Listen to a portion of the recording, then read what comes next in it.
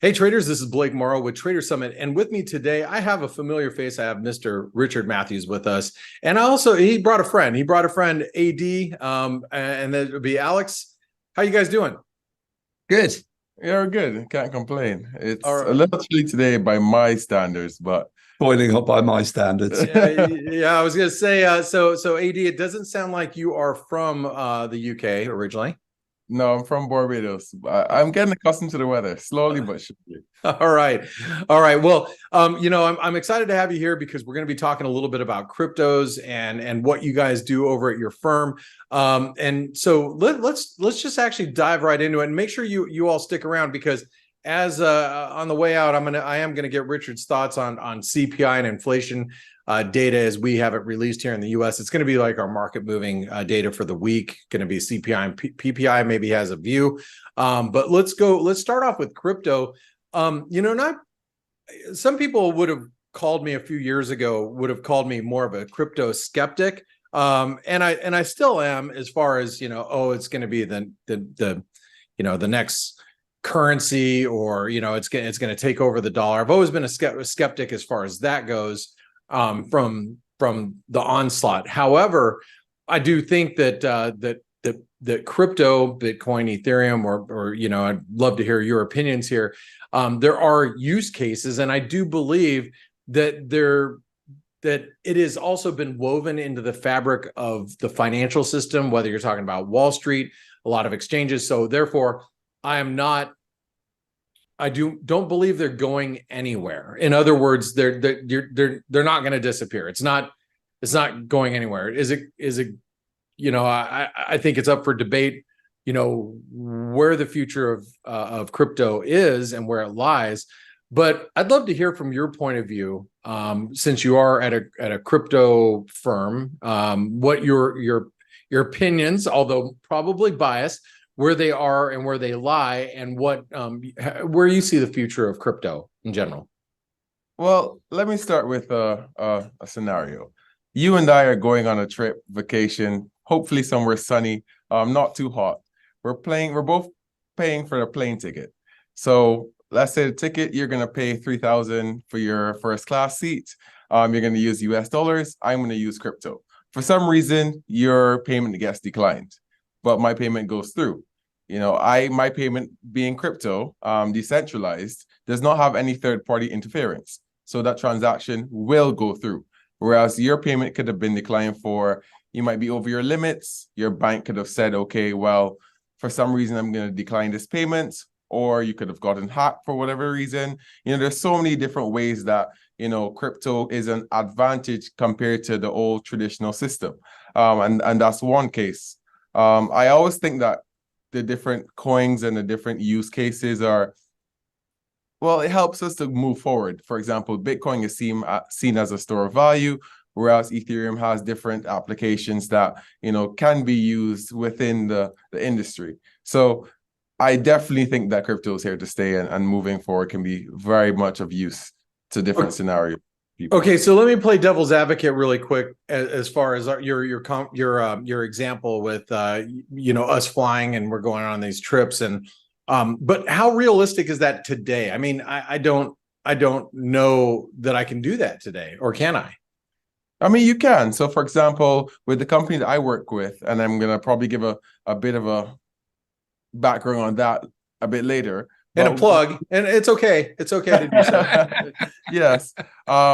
We do have cases where, for example, most people believe that crypto or the trading of crypto is just speculative, but it's not. A lot of people use crypto for payments. So therefore, depending on if the provider that you're working with accepts crypto, then that could be a case where you can use it to purchase different goods or services. So it is very much realistic. And as I've seen the industry expand and more people be more comfortable with crypto, we've seen, for example, persons use crypto to buy different goods, buy cars, buy boats. It has been increasingly useful and trusted by person in the industry.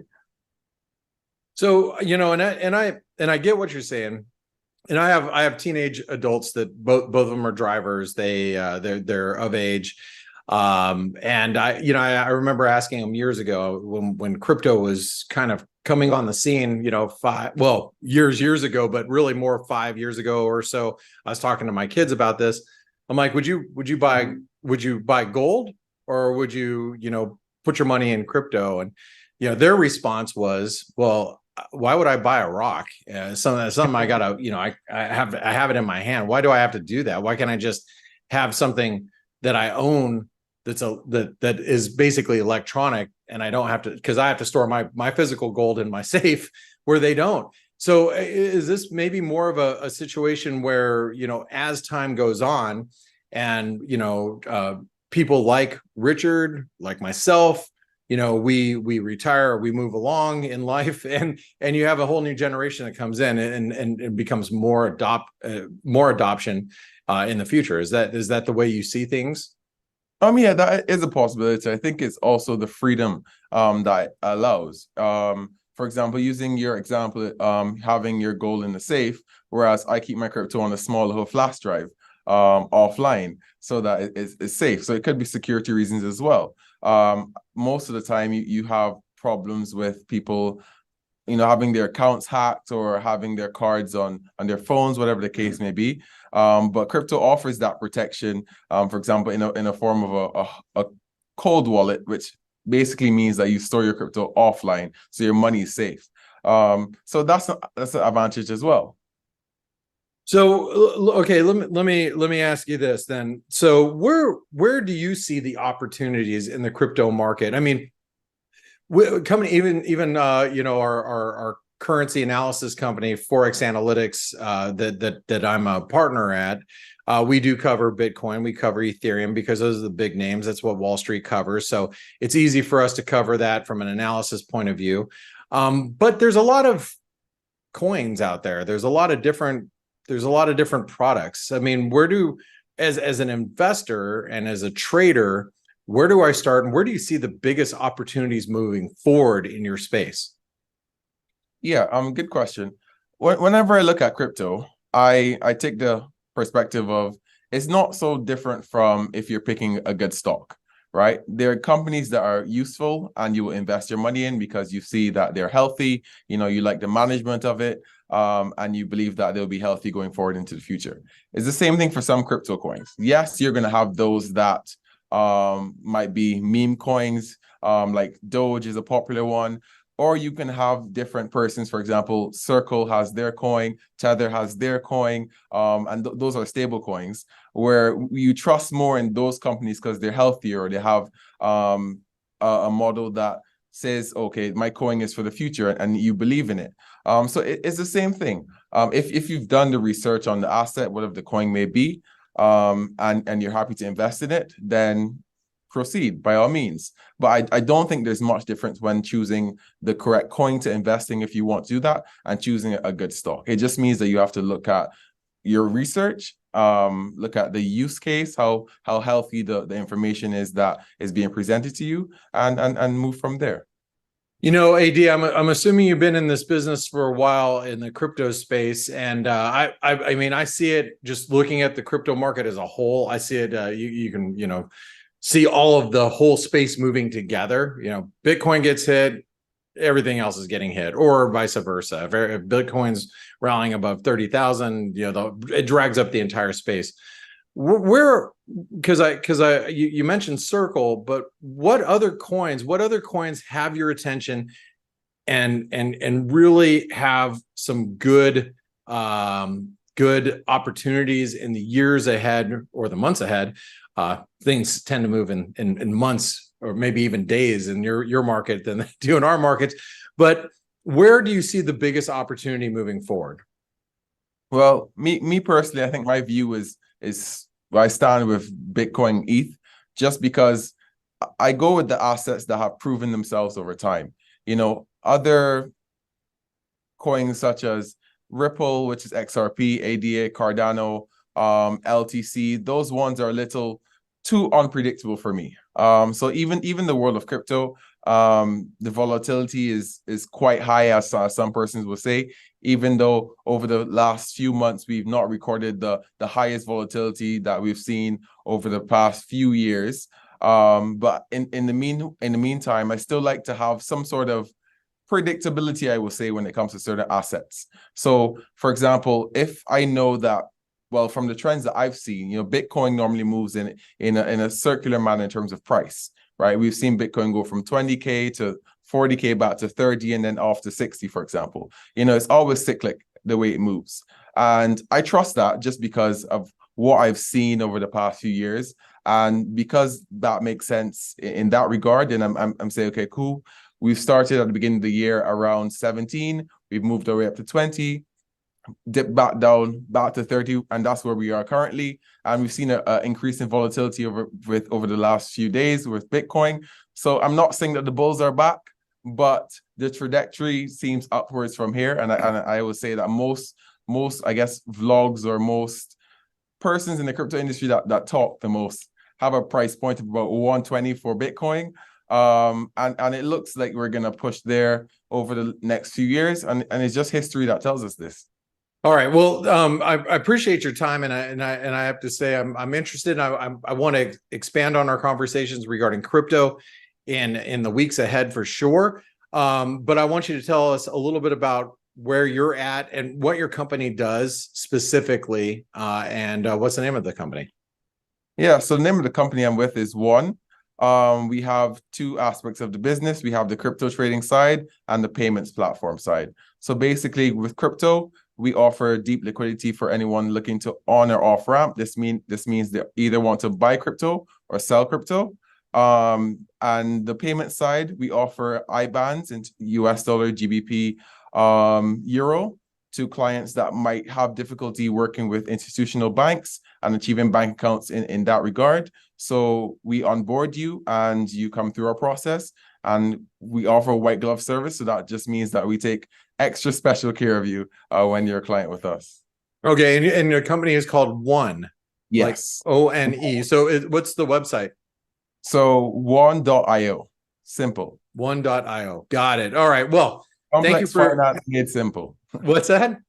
Complex finance made simple. There you go. All right. Very good. I like it. One.io. So make sure you all you all check that out when you can. Well, Richard, now I'm gonna turn the table a little bit and turn the conversation just a bit. We do have inflation data, CPI, and then we got the producer prices kicker. It's kind of the data everybody's been waiting for. I know you being in the UK. Well, actually, both of you being in the UK. We have UK GDP numbers, probably going to give us a little bit of a heads up whether you guys are heading into that stagflationary big S word or not environment. But how are you feeling about inflation in the US, and how are you looking to trade it? Let's put it that way. I think the people who say inflation is beaten are talking too soon. It ain't beaten. No one's declaring victory on it. I think it'll be a good figure this week, though. Having said that, I think PPI prices will be down. I think CPI will be a good number. I think people will get ahead of themselves and they say it's all over. It's great. We can start cutting rates now. He ain't cutting rates. End of story. Rates are going to stay high for a long time. They've got a big deficit to fund as well in competition with the UK and with Europe. So inflation may well be beaten, but I've said this time and time again, watch out for trampoline inflation. Once he thinks it's stopped, I think it may well bounce back. I'm interested or worried, I guess, by what's going on in soft commodities, although corners, I'm reading yesterday that the corn crop's going to be one of the biggest ever, but there's lots of volatility in like wheat and things. So I'm concerned about that. I'm concerned about oil. So I think inflation is a long way from being beat. Just coming back to the UK, GDP, what's it? It's just going to be embarrassing. They'll come up with some excuse that it was raining the day they collected the data, and that's why it's only 0.1. And, we got stagflation here. Inflation numbers will drop almost. They have to drop because of the way it's calculated. But, we got stagflation and we're still 3 times the level that the Bank of England wants it to be. I think that it's a big problem. And the most important number in the UK is actually not GDP or the inflation number. It'll be the wage data, which is out on Tuesday. Wages are rising at 6.9%, 7%. That's a big push towards inflation.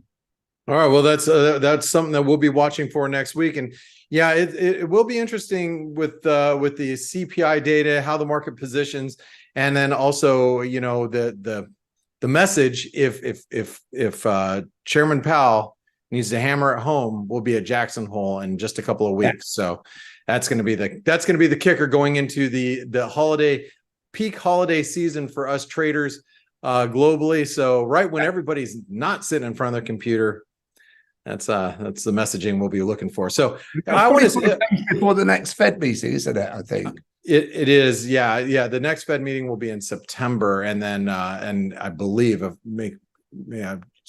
correct me if I'm wrong, because I think we skip here August, if I'm not mistaken, and it's September, and then you know, this is kind of the semi-quasi Fed meeting that we have before September. So, you know, the inflation data is gonna shift expectations coming by the end of this week. So yeah. Everything's going to be fine and dandy. Don't worry about it. Rainbows and unicorns, I always say. All right. First of all, AD, nice having you here. I look forward to having conversations with you in the future regarding crypto. It is a space that like I said, I don't think it's going anywhere. And so I think you know, hearing your opinions and how you feel about the space is going to be really interesting moving forward. And Richard, I look forward to speaking with you every week. So thank you, gentlemen, for being here. And make sure if you like this content, give these gentlemen a two thumbs up, subscribe to the channel below so you don't miss any of this. AD, Richard, thank you, gentlemen, both. Catch you soon. Cheers, Blake. Thank you.